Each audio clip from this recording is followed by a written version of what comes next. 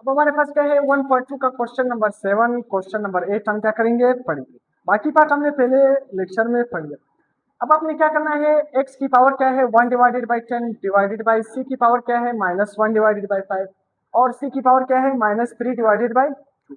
अब आपने क्या करना है, इसको हल करना है। किस तरह हल करोगे, बहुत ही सिंपल। देखो डिवाइडर है ना, तो आपने डिवाइड में किस तरह लिखना है, x की पावर 1 डिवाइडेड बाई 10, इसको कहाँ पर लिखोगे, डिवाइड में लिखोगे। इसको डिवाइड में नहीं लिखना, देखो सिर्फ क्या है ये डिवाइड में, तो इसको डिवाइड में लिखोगे, इसको उसी तरह लिखोगे मल्टीप्लाई बाय -3 की पावर क्या है, c की पावर क्या है कम -3 डिवाइडेड बाई 2।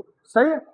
अब देखना, अगर ये यहाँ पर इस तरफ ब्रैकेट में होता तो फिर ये दोनों यहाँ पर क्या पर आता, डिवाइड पर आता। अब ब्रैकेट नहीं है तो इसका मतलब क्या है, सिंपल ये डिवाइड में होगा, ये उसी तरह इसके साथ क्या रहेगा, मल्टीप्लाई रहेगा। सही है।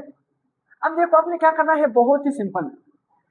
अब हमारे पास क्या है, c की पावर क्या है -3 डिवाइडेड बाई 2 है, यानी अगर आप इसको नीचे लाओगे तो इसकी पावर क्या हो जाएगी, +3 डिवाइडेड बाई 2। अब देखो x की पावर 1 डिवाइडेड बाई 10, अब c यहाँ पर भी c यहाँ पर भी c, जब बेस एक जैसा होगा तो पावर क्या हो जाएंगे, प्लस हो जाएंगे।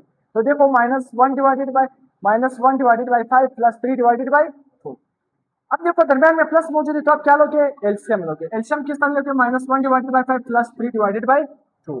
अब 5 और 2 का एलसीएम क्या रहेगा, 5 और 2 का एलसीएम देखो 5 1 जा 5, 2 को उसी तरह लिखो, फिर क्या है 1 को उसी तरह लिखो, 2 1 जा 2, 2 5 जा 10, तो एलसीएम क्या है हमारे पास 10। अब एलसीएम 10 आ गया ना, यहाँ पर क्या मौजूद है, नीचे 5, 5 का टेबल इतना पढ़ो कि क्या आ जाए 5 आ जाए, 5 2 जा 10, दो दफा पढ़ा ना, इस दो को ऊपर से मल्टीप्लाई करोगे तो दो को जब -1 से मल्टीप्लाई करो क्या आ जाएगा -2 प्लस 3 डिवाइडेड बाई 2 है ना।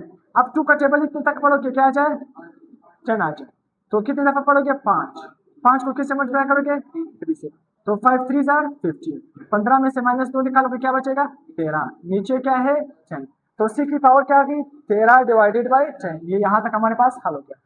क्वेश्चन नंबर 8, अंडर रूट ए की पावर x की पावर a y की power b multiply by y की पावर b z की पावर 6 z की पावर 6 x की पावर a अंडर रूट।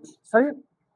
अब अपने क्या करना है, हल करना है। अब देखो सब के ऊपर अंडर रूट है, यानी आप ऐसा करो, एक बड़ा अंडर रूट लिखो, एक दफा लिखो, बस सबको एक अंडर रूट के अंदर लिखो, कोई मसला नहीं। देखो x की पावर a y की पावर b z की पावर 6, नीचे y की पावर b z की पावर 6 x की पावर a, तो सिंपल। अब देखो a की x की पावर a x की पावर a क्या हो गया खत्म, y की पावर b y की पावर b खत्म, z की पावर 6 z की पावर 6 खत्म, तो इससे क्या बचेगा अंडर रूट 1। तो अगर आप 1 का अंडर रूट लीजिए वही क्या आएगा 1 आएगा, तो आंसर हमारे पास क्या आएगा 1।